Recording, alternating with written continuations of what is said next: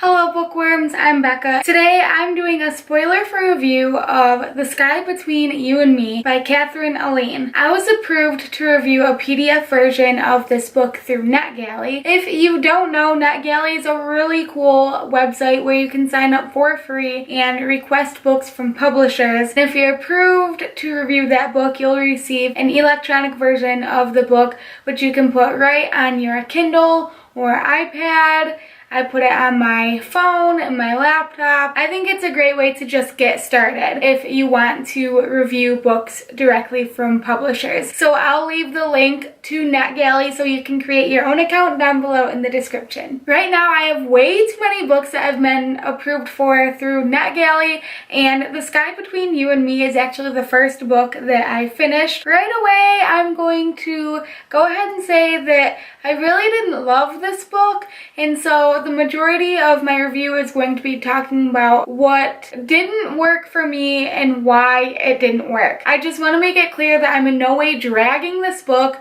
I'm just saying that for me, these particular elements didn't work for me because I've read other books that have done them way better. The Sky Between You and Me is about a teenage girl named Raisha who competes in rodeo along with her best friend Asia and her boyfriend Cody. After a new girl starts at school and really hits it off with Asia and Cody, Raisha starts feeling threatened. The only thing that she really can control is how well she does in these rodeo competitions, and the only way to ensure that she will be successful and follow in her mother's footsteps is if she gets down to her mom's weight.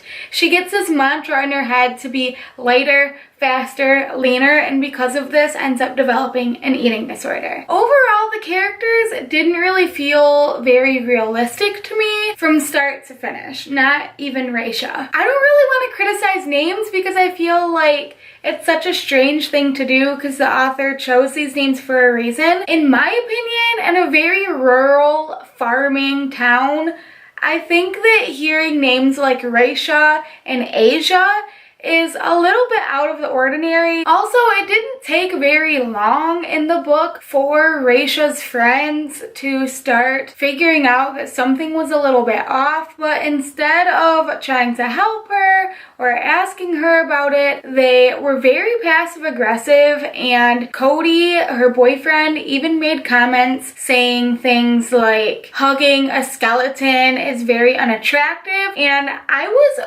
extremely appalled because I know that especially teenagers don't typically handle things like this very well, but it really did just come off as very ridiculous. This book was written in verse, which is interesting because I wasn't expecting it to be written in verse, but I did kind of feel like the author was trying a little bit too hard to imitate a more iconic style like Ellen Hopkins. Ellen Hopkins does this thing with the title headings of each of the poems in the books that blend right into the first sentence. So for example, the title heading might say sometimes, and then the first line would be I feel that ...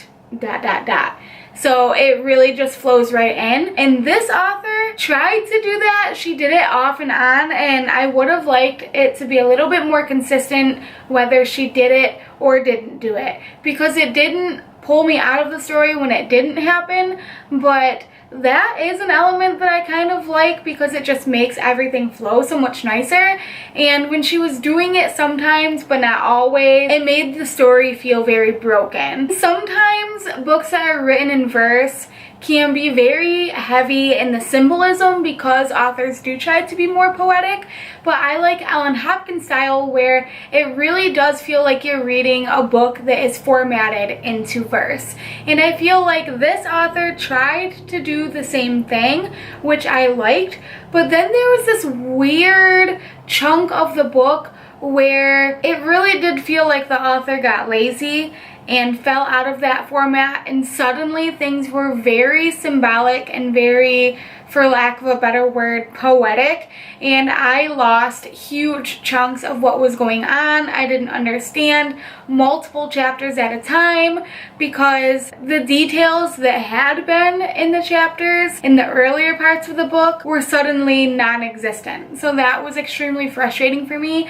But then after a few chapters, it came back. All the detail came back. So it was a very strange rut towards the last third of the book that was just extremely frustrating to read. As far as the plot is concerned, I feel like the author had a really good core concept, but then she started adding in different story plots that I feel every time they were introduced, I was like, wow, I would have really liked to see this one particular plot point developed into a larger story. But altogether, it just felt really mushy. Nothing felt very cohesive. I had a hard time figuring out what the point of introducing all of these new elements into the story was if they weren't going to develop and impact the larger plot and larger concept of the story. So while I did like it as individual chunks, I think that those chunks could have been their own stories, but having, 6 or 7 different plot points